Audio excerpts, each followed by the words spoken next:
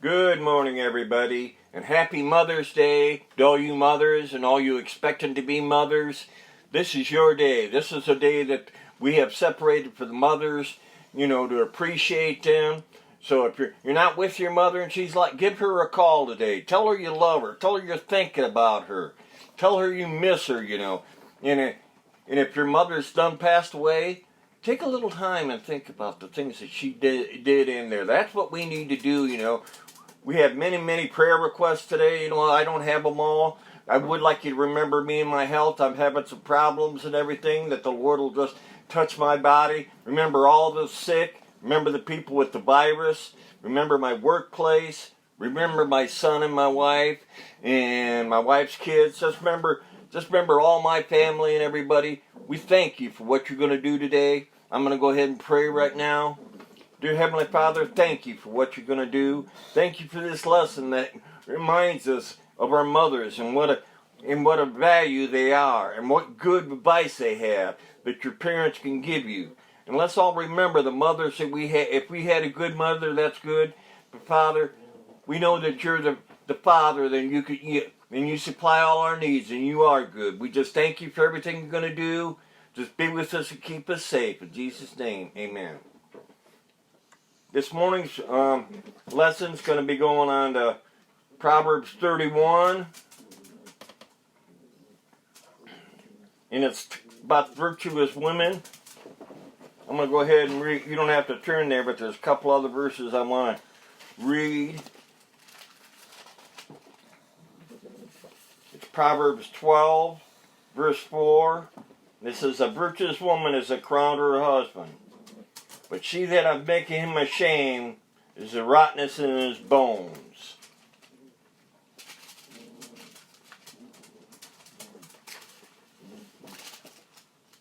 Another verse that most people know about is chapter 18 in Proverbs, verse 22. It says, who findeth a wife findeth a good thing, and obtain favor of the Lord. In verse chapter 19 it says, houses and riches are inheritances of the father.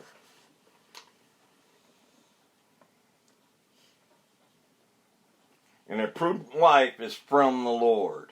It's saying about good wives and everything. But before we get into that, we're going to go into chapter 31, and this chapter right here is not from Solomon. It's King Lemuel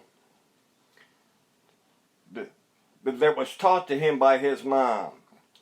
His mother was a good mother, and she told him we've studied in the first few chapters about evil women and what to avoid, about how they are seductress, and about how they bring you to fall, and about how the dark road, and about how they have makeup, and they're very, very seductress. And they're very, very seductress. And the thing is, people say, well, I would never be. Don't never say I've known there's great men in the Bible. You look at David. David was a great man, had wives and everything, but he was seduced. I don't think she did that. She was just taking her bath, and he was not doing what he should. But there have been other people that have been seduced by women. There's been people that had good weddings, good marriages, and then all of a sudden, they let the women, that says, we're all going to be tempted. And the Bible says we will be tempted. But when that temptation comes, there is a way to avoid it. If I see a good-looking woman, I can't make her ugly so I don't win there. But I could stop and not let my mind run away and not linger on that. I could say, no, Lord, I have a wife, But for me to say, well, she's ugly. She's not ugly. God makes other beautiful things, but she's not mine. I have my wife. I have, and that's what we need to be important. You can't say, if a beautiful woman walks by me, my wife can't expect me not to look, because that's man. That's man. But if I drool and keep walking about it, and so there's a problem. We need to be content with what we have. I'm going to go ahead and read a little bit. In chapter 31, it says, the words of King Lemuel, the prophecy that his mother taught him.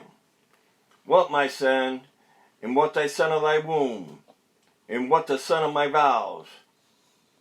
Give thy strength not unto women, nor the ways that which destroy kings. I'm going to stop there. And again, he warns them. He says, son, don't take the first pretty woman that goes out there and that you lust after, and in there. Be very contentious. Pray about who you want to marry. Pray about in there. Let the Lord lead you. You know, don't be misled by the first pretty face, because the first pretty face a lot of times can deceive you. There is a thing that I've heard people say, love at first sight. I believe that. I surely do.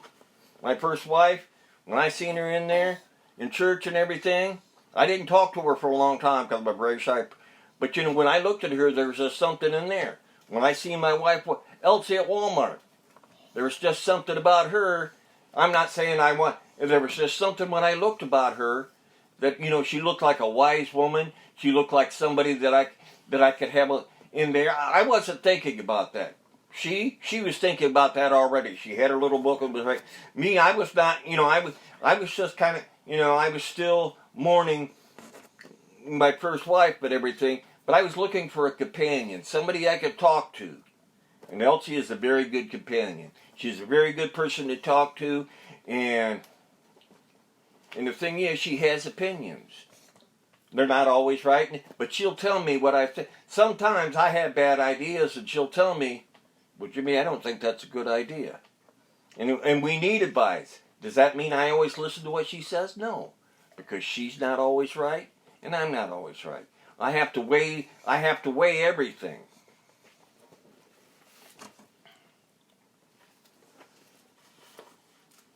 In verse 4, he said, it's not for kings, O Lemuel, it is not for kings to drink wine, nor for the princes strong drink.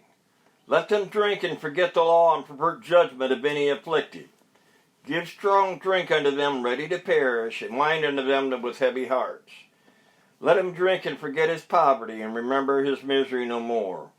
I'm going to stop right there. And again, it warns you about alcohol. And his mother saying, you're a king. You don't need to be drunk and be drunk with alcohol when you're a king and need to make right decisions. I do not want a president or a governor that when he comes up to gives me a speak, he falls off the podium because he's drunk. I don't want supervisors at my work that are so drunk they don't know how to give me good advice. What they do alcohol is condemned in the Bible many, many, many places. And his mother says, if you're getting ready to die, sometimes they give you to help soothe your pain and everything.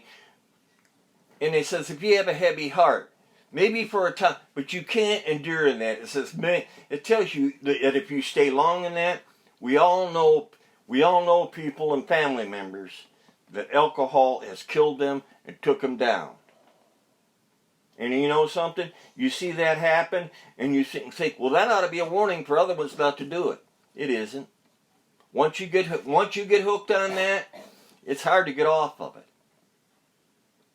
Even if you see your brother or sister die from that, or your parents die from that, it's easy to you to get into that. That's why it tells you you're better off never to get that way, and you'll be better off. It tells in here many times in the Bible about different kings and everything that get ready to battle, and they get drunk, and they're so sure they're going to win. They get drunk and everything, and then when they go to battle, they're drunk and they get defeated. That's God's wisdom. That's God showing them. He goes, I am God. I will show you. I will show you what to need to be done. You're not gonna do anything on your own. And that's happened to people in there. And we need to remember that alcohol is never the answer. I've been around people that are drunk and different things, that do different things. Not too long ago, I went to a wedding. The person I'd never seen drunk was drunk. He made a fool of himself at the wedding. Not too later on, He ended up separating from his wife and different things. That wasn't there, but there was other things. The thing is, when you go there and you're before other people, you don't want to be a fool and loosen your tongue and say things that you would have never said before. You want to appear wise. You can have a good time without drinking. Isn't that right, Elsa? We have a good time when we go to your church and everything. When we go to my church. And we went to birthday parties around here with my family. We don't drink, and we have a great time. Yeah. We tease each other. We pick on each other. And we have a great time. And there's no alcohol there. And then I hear other family members, oh yeah, we all went out and got drunk and everything. And I had a hangover the next day. So that's not good, The thing is, them aren't good times. Remember, say you can have a good time without alcohol. People think, well, how can you be happy if you're not drinking? Be happy in the Lord. Be happy with the people you're around. I have joy when I'm around my family members, my wife and my son, with my brothers and sisters, with my people from the church. I'm happy when I'm around them. They bring me joy, not something in a bottle.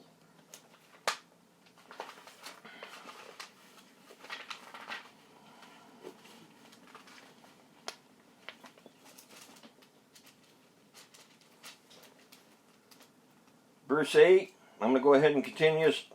Open thy mouth for the dumb, and the cause of all such are appointed to destruction. Open thy mouth, judge righteously, and please the cause of the poor and the needy. I'm going to stop there right now. And it's telling you how to judge. There's a lot of people that people overlook because they don't have a lot of money. They pay other people have money. You've all known it, and you've all seen it in the news. Somebody pays off a judge or pays off a lawyer. I think not too long ago, this man ended up driving in a car, and he was drunk, and he ended up killing his friend, and he ended up getting 15 days. And he paid $2 million. Is a life worth $2 million? Is a life only worth $2 million? He paid 15 days. The reason why they did that is for he could go out and do another concert. He didn't have remorse. A lot of his band members and everything were very upset at him because he showed no remorse. He said that other guy died in his arms, but he showed no remorse of that happening. He didn't change his lifestyle. But you have to watch what you're judging and everything.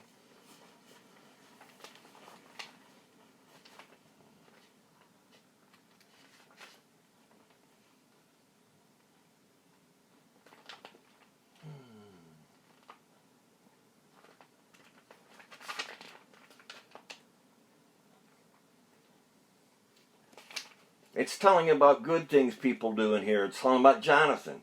He risked his own life coming to David's defense. Esther risked her own life for her people. She's told them, if she wouldn't have told them she was a Jew, they'd have never known it. But her uncle told her, if you don't tell them, you think you're going to get away with this, God? And she says, I'm a Jew. We're not bad people. And you're going to have bad things happen. And she says, these are my people. We've done no wrong. We will help the king and everything. And that was her husband, and it turned out good. Then there's a careless disregard for justice in Jehoiakim, and the father, he was the father. His father was Josiah. I'm going to go ahead and read in Jeremiah chapter 22, in verse 15.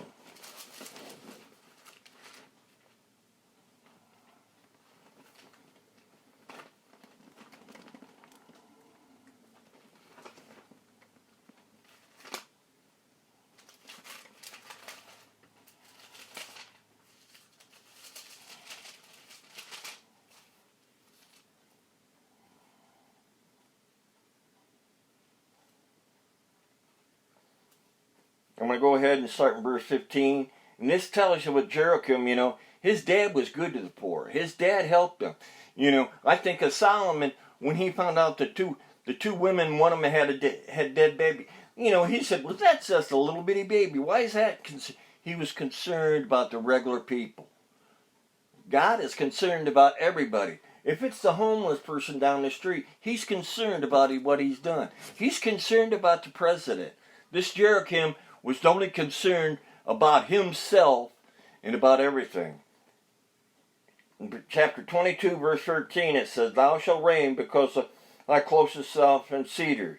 He said, did not thy father eat and drink and do judgments with justice? And then it was well with him. He judges the cause of the poor and needy, and then it was well with him. Not this know to me, say the Lord, but thine eyes and thy heart, not by thy covetousness, and for they shed blood, and for your oppression of the violence do it. Therefore, thus saith the Lord concerning Jeroboam, the son of Josiah of Judah, they shall not lament him, ah, my brother, or ah, my sister. They shall not for him, ah, my Lord, ah, his Lord. Listen to this. It says, he shall be buried with the burial of an ass. It means they're just going to throw his body out. They didn't care about that king because he didn't care about them. Drawn and cast forward the gates of Jerusalem. Go up to Lebanon and cry, and lift up thy voice, Bashan, and cry for the passages for all thy lovers that are in there. I speak unto thee in thy prosody, but thou says, I will not hear. That's what Jeroboam said. He goes, this has been my manner from thy youth, and now obeyest not my voice. The Lord told him, be good to the poor. They need somebody that will take care of them. I need congressmen. I need president. I need people that will help. If you don't have a lot of these people that are unemployed, they need somebody to speak for them. Sometimes I don't think our congressmen and our president, and some of them, I don't think are speaking for the people that need it. They speak for the rich. They speak for the people that have the money. God said that's not the way it's supposed to be. You're supposed to take care of the poor and the needy and everybody and the ones like that need you.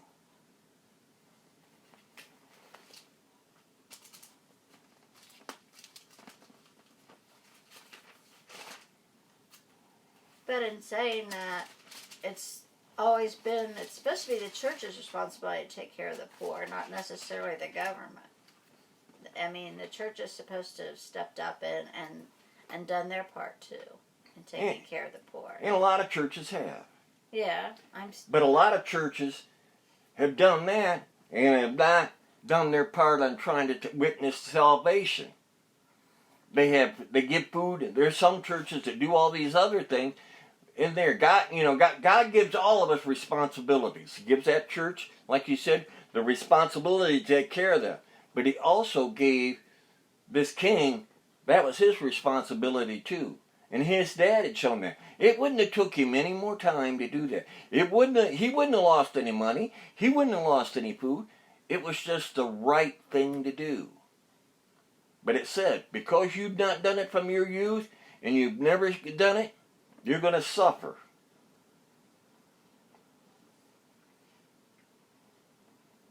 Right now we're going to go to verse 10, and that's starting to tell about, virtuous women and wives and everything. And I'm going to let Elsie, she's done some research on some good mothers in the Bible and some good wives and everything. Elsie, will you go ahead and speak then? Well, there are a lot of women that you would consider the Proverbs 31 women from Scripture. You already mentioned Esther.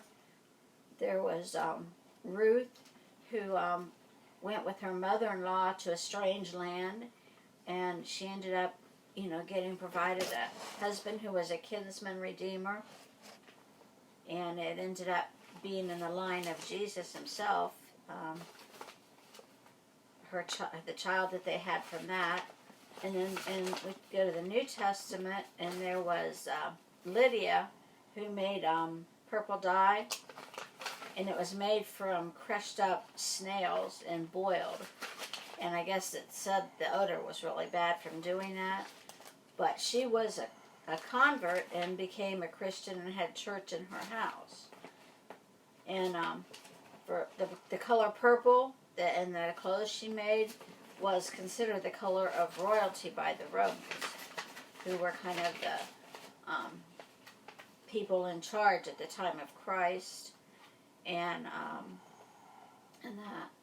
And then, of course, there's Jesus' mother Mary, who was willing to give birth to him, and heed to what the angel told her. And the first person that Jesus appeared to after he died was another Mary. And then the person that influenced me in my life pretty much was my grandmother. She was a woman before her time. She was a doctor, and she had a laboratory in Clintonville. She had the Golden Microscope Award, the key to the city of New Orleans. And she just was ahead of her time in the medical profession. And I wrote this poem thinking about her, and it's a long time. She's passed away now. But the name of the poem's called Age. A misty love letter kept in a box full of dreaming wishes from the past. Life goes by so fast, and the memories keep coming back. Age is a part of life, and you can't get your youth back. Life goes on, and the happiness of living is still burning. A distant melody on the Victrola playing a love song from the past. A lady in a rocking chair looking out at the winter snow thinking of the past. And when that life is gone, her memory lingers on. And off to her real home she'll go to be at peace with God. Thank you, Elsie. And like I said, some people have had good mothers. She had a great grandmother. And the thing is, we all have people that we can look up to. And it's tell you in here to remember them. Remember what they did. I remember my mom. I had 7 brothers and sisters. And it was a handful for her to take care of us. My mother was a very timid woman. She'd get up early in the morning to do everything. And, it says a woman's work is never done. It's because they have so much work to do. A man could go to work and he comes home and a lot of times his work's done. A woman is constantly doing things to try to keep her husband and her family happy and everything. I'm going to go ahead and go to verse 10. And it said, "Who can find a virtuous woman? For her price is above rubies. The heart of her husband does safely trust her, and that she have no need to spoil. She will do him good and not evil all the days of her life." I'm going to stop there right now. And it says, how much is a wife worth? People, would say, well, you can buy, you send away brides and everything, mail order brides. And I thought they did away with that. I worked with a guy at Walmart. He was kind of strange. But he said his wife was a mail order bride. He had seizures and everything, but I seen his wife. But the thing is that I've heard about these and everything, but I don't want to have to send after a wife. I want God to send me the wife. And it says the husband has great confidence in her. It's not like anymore now. Wives have these prenuptial agreements. I'm afraid my wife's going to take all my money, or he's going to take my money, so we're going to have a prenuptial agreement. And a lot of people have their own bank accounts because she doesn't trust him with her money, and he doesn't trust her with his money.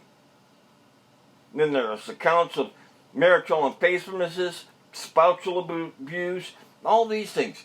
She goes, she trusts her husband, and he trusts her. I trust my wife with everything that I have. There's a man that I work with that has cancer, and they just told him he had that he had a lung cancer, and he was telling me his wife was in there, and he goes, she was getting nosy trying to see what it was in there. She don't need to be doing that stuff. She is your wife. She cares about you. And everything. And for him to say, well, she doesn't need to be getting, when you're married, you become one. I have to admit, if I found out I was dying, I don't know if I'd want my wife to know that right away. I want to break it to her. I don't want to die. But this man doesn't want his wife to know anything about it. This man has told me that he hates everybody in his house, his kids, his wife, except his grandkids. The man, I've talked to him and know him very well, and I prayed for him, and I've witnessed to him, and I want you to remember him. His name is Billy. I mean, he has a lot of sorrow and a lot of problems, and it's not going to be settled by doing all this. He thinks working is going to settle all his problems. Sometimes I think I work maybe too, but you have to work. But the thing is, he thinks that's going to solve all his problems. But you need to be able to trust your wife. When you married her, she became one. It didn't say that you were separated. I know people that say that. I don't tell my wife everything. I don't tell my husband everything. I knew a couple that was married for a lot of years. She had an abortion of twins and didn't tell her husband. Can you imagine that? Can you imagine how hurt I would be? It's bad enough for her to have an abortion with twins. Maybe it wasn't her husband's, but even if it was, for her to have twins took out of your body and not tell your husband. I confide in the Lord has made my wife, I can confide in her. She's not going to laugh at, she laughs at some of the things I say, but if I'm really concerned about something and I'm broke down, I can tell my wife. I can tell you have to have people that you can talk to. Yes, you talk to God, but it makes it easier when you can talk to your family. And that's what a good wife is for. And she says she will do him good and not evil all the rest of his life. We read about nowadays about all these wives that are, I don't know how many of you watch these killer shows on TV. I tend to watch in there where the husband kills the wife and the wife kills the husband, and they do it. And look at King Ahab and Jezebel. Jezebel had him wrapped around her finger, and she didn't know. A lot of times it looked like she was doing good, but she was not good for him. She was an evil woman. You have to find a good mate. I'm not sure when it talks about Jezebel and her makeup, I think she was a beautiful woman. But her heart was not beautiful, it was dark. You need to look on the outs. You need to look at the inside and find somebody. You need to look at their heart and see what it is. Because sex is not always, that isn't all there is to marriage. Because that could get old and it gets tired, then you want to go to somebody. You need to have love and trust. Somebody you can talk to. People say, well, I can't talk to my wife. I can't talk to my husband. Well, you need to get on the altar and you need to pray and you need to have, if you can't talk to your spouse about almost everything that you have, there's a problem. That's what God made them for. He took Eve from Adam's side. Not for she was behind him, she was beside him. And she walked beside him. Yes, he was the head of the household, but Adam didn't do things unless sometimes she led him the wrong way. Look at the tree. He trusted her, but she was deceived. And the thing is, he wanted to in there and she offered to him. He knew that was wrong. Verse 13. It says, she seeketh wool and flax, and worketh willingly with her hands. She is like the merchant ship, she bringeth her food from afar. She rises also while as yet, and giveth meat to her household, and a portion to her maidens. She considereth the field, and buyeth it with fruit of her hands planted in the vineyard. She girdeth her loins with strength, and strengtheneth her arm. She perceiveth that her merchandise is good, for her candle goeth out by night. She lends her hands a spindle, and her hands hold the distaff. There was somebody that was telling me, this is kind of off there, but she said, we was talking, it says, you know who makes they were saying, you know who makes the coffee in the house? The husband does. It goes, where? It says so in the Bible. It goes, Hebrews. I thought that was funny. If you rather thought it funny, that's all right. But it says he brews the coffee. But she is zealous about taking care of it. She doesn't, when she does that, she takes care and makes sure when I leave the house, my wife looks how I'm dressed. She sees if I've got two different colored, if I have shoes and shirt, she makes sure of that because I sometimes don't. I remember when my first wife died, there for a while I was unmarried, I'd go to church and the women at church would check me out to make sure I didn't come to church looking. They goes, come here, Jimmy. Because we know that Kathy's dead, so we want to make sure you don't come in. And there's times when your shirt's sticking out, Betty did that, and they're making it, and they are concerned, and my wife is that way. And she's concerned about her kids in there. Her concern is not money time. She isn't getting money for all this. She does it because she loves you. It's not a monetary thing. If I had to write a check for my wife for everything she does, I don't have enough money. She does that stuff because she loves me, and she loves her family, and she loves her kids. And it said later on that her kids will praise her and lift up her name, the mothers, and they ought to. The kids ought to lift up their mother's name and talk about how good their mother was and talk about her and everything. Not everybody does that. And it bothers me when I see people not talk good about their parents. Their parents raised them. Did they make mistakes? Sure they did. I made mistakes with James. But I'm still his father, and I never did anything that I thought was wrong that would hurt him. I made bad decisions that weren't. I remember we bought him a pillow one time, and he went on a camping trip. We got back up the next day at church, and his hair was green. We should have washed that pillow before we gave it to him. Mm-hmm. But we didn't do that to make him look funny and people laugh at him. It was a mistake. You do mistakes. But as a good parent, you make mistakes. But a good parent would never do anything to harm their children. They do make mistakes. A bad parent does. A bad parent talk about in the Old Testament about how they sacrificed their children to Baal. I've only got one son, but even if I had 10 sons and 10 daughters, I can't imagine telling them, one of you guys is going to be sacrificed to God for he would do me good. And that's what they did. And that's what they thought. The thing is, God appalls that.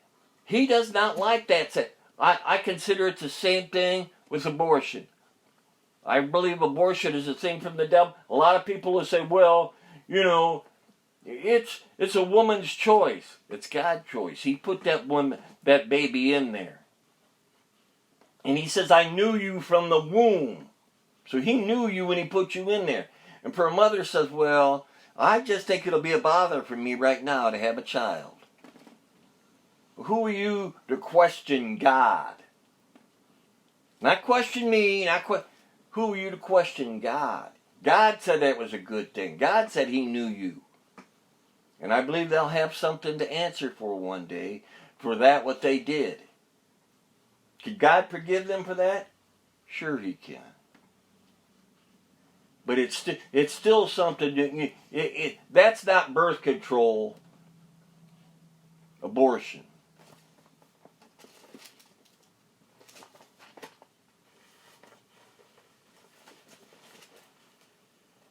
Verse 20, it says, she stretched out her hand to the poor, your reacher's hands for the needy. I'm going to stop right there. A good mother will help the poor. Somebody that doesn't have enough, they're going to help the people down the street. My wife Elsie helps at the pantry. She's done that for years. I help her now and everything. She feels when these people come in there and are need something. We don't make fun of them.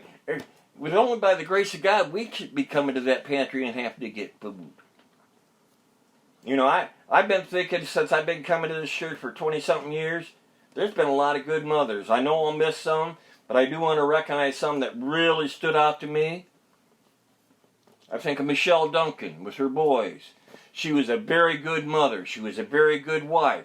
She was very good. She was very good for Brad Duncan to help him, you know, on different things. She could put in there, but she knew her place. I think of Lisa Gillen. I've known Michael and everything since they were young.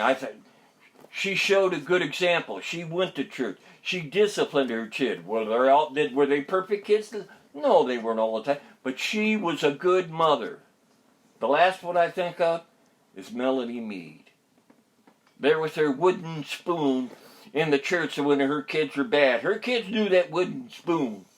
And they knew when she was in there, and they were behaved pretty much was in there, because they knew what that wooden spoon meant. Rumor was that something happened to that wooden spoon, and it was whatever, you know, she said she never could prove it. Well, she thinks whatever the kid, well, that happened. But a good mother will discipline their kids. Not all the same way, but you can. Am I going to let James, if James could walk, am I going to let him go out and run on the road? No, I'm not telling him, don't do that. Am I going to let him get in the car with a bunch of people that are out drinking and no in there? No, I'm not going to do that. I'm not going to let him. I'm going to discipline him. Whether you're always, well, everybody else does it, Dad. Well, I'm not everybody else's dad. I'm your dad. I tell my mom and dad sometimes, well, they're doing that. They're going down the road. My mom and dad would say, we're not their parents. You're our son, Jimmy, and you're not doing that. And that's the way in there. Just because you want to make them happy, but everybody else is doing that. Everybody else is doing these things. It doesn't matter that everybody else is doing these things. You're responsible to God. And as a mother or father, you're responsible for them children. And one day you'll answer for the way you raised your children. Will that stop you from getting into heaven? No. But he's going to tell me there's things I've done raising James that I should have did different. Because I'm not perfect. There's things he said you should have did this for your wife and did different. And I'm going to be sad when he tells me, but I know it's perfect. But when it's done, he's going to wipe all my tears away and he's going to say, you've done bad things, Jimmy. You're kind of, but enter in. I'm not going to have to go into hell, because I'm not perfect. Even since I've been a Christian, I've done some bad things. We all have. Since we've been Christians, we've all done some bad things that we're going to have to answer for. But the good thing is, he's covered them with the blood, and that's not going to keep us from getting into heaven.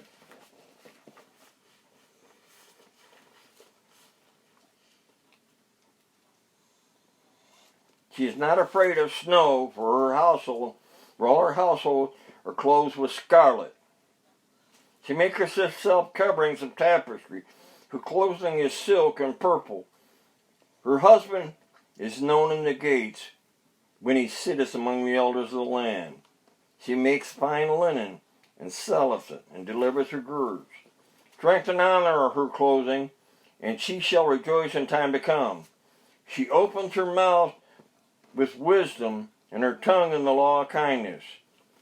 She looketh well to the ways of her household, and needeth not the bread of idleness. I'm going to stop there. She's not a lazy person. You see wives a lot of time that don't do anything. What time did I start?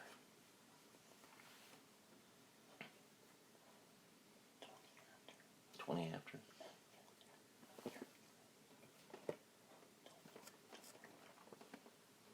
I'm trying to figure out what time I started. I didn't look at the clock. What time was it, son? 20 till? That's what we're going for. If it's over, he can bleep me out. Wow. Like I said, the thing is, this is a very good lesson. It's very good to talk about mothers, and we need to respect our mothers.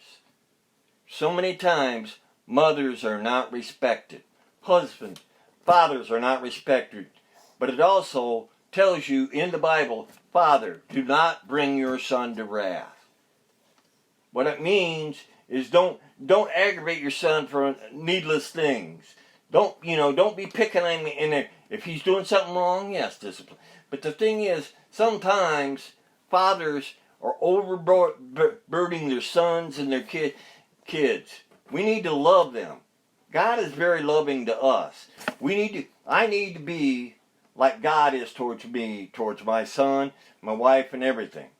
That's a very hard standard to do. I can't do that, and I don't always do it, but I try very hard. I try very hard to do that. It's like years ago you used to say, what would Jesus do? And that's what we need to think a lot of times. When I get aggravated at people at work and they do stuff, Jimmy, would Jesus hit George on top of the head with a 2x4? Probably not, but I might, Lord. I mean, he's aggravated me and he's done stuff, and I know he doesn't mean, and I know he's a preacher's son, but he's aggravated me. Just pray for him, and I'll say, Lord, pray for George. Pray for his salvation. Pray for his family. And pray for him. And you know something? The more I pray for him, it's hard to be angry at somebody you're praying for. It takes away your wrath in there. I use this name of George because he's somebody I work with. There's some days he can be as pure as gold, and sometimes he's not pure as gold. Sometimes he just acts, and he's loud. Very, very, very loud. And his father is a preacher. He's fallen a long ways off, and I pray for this man. Verse 26, it says, she opens her mouth with wisdom and her tongue in the law of kindness. She looketh well to the ways of her household, and needeth not the bread of illness. Her children rise up and call her blessed. Her husband also doth praise her. Many daughters have done virtuous, but thou excellest them all. Favor is deceitful, and beauty is vain. Like I've said in there, beauty's not everything. But a woman that feareth the Lord, listen to this, she is praised. Give her the fruit of her hands, and let her own works praise her in the gates. Right there's the end in there. But like I said, as we talk about mother, we need to look at all the things that they do. And how they make. Do they always agree? Do you always agree with them? Do they aggravate you to death? Sure they do. On the other hand, do men aggravate their wives to death? Sure we do. We're human. But that's not saying that it's right. I have known something that's been very prevalent in my family's life earlier. We've learned to admit we're wrong. I've seen all of us come up to the other one and tell him, I'm wrong and I'm sorry. All of us have done that, James. And instead of pointing fingers, we've all done that in everything. We all do that. I've done that. You can't say I'm always right. Sometimes you have to suck up your pride and say you were wrong. We need to do that at work. We need to do that at church. We need to do that in our families. We need not hold up ourselves and say, no, you're only human. You're not always right. The only person that was always right was Jesus. I think of the greatest king probably was David. David made some very bad mistakes. David counted his people when God told him he didn't need to. That cost the many lives of a lot of people. David had adultery and ended up committing murder. That caused a problem in his life the rest of his life. God will forgive you for the things you do, but there's consequences. I think on this Mother's Day, the best thing you could do if you're here and listening to this and you're not saved is to get saved on Mother's Day. What better could you tell your mom than, Mom, I got saved on Mother's Day? That's better than any gift you could ever buy for your mom. For her to know that you're going to go to heaven and not going to go to... Because if she's a Christian, She's prayed about this forever. She's prayed about this ever since she goes, save my kids. Bring my kids back to her. That's what concerns her. Yeah, she likes the pretty little flowers you get her. Yeah, she likes it. But she wants you saved. And it doesn't take much. To get saved, you have to admit you're a sinner. You do have to do that. You gotta admit, I'm a sinner. And what happens to sinners? They die unless they have the sacrifice of Jesus Christ. It says, for God so loved the world that whosoever believeth in him should not perish but have everlasting life. Remember, that's what you need to remember. If you're backslidden, come back into the church. We love you. Some of you have not been to church because you're upset about it. God forgives you for these things. Come back in and fellowship with us when the doors are back open. I believe the doors will be back open really, really soon. Pray for our government. Pray for our president. Pray for our congressman. It's a hard, hard job. They may act like it's a hard, hard job.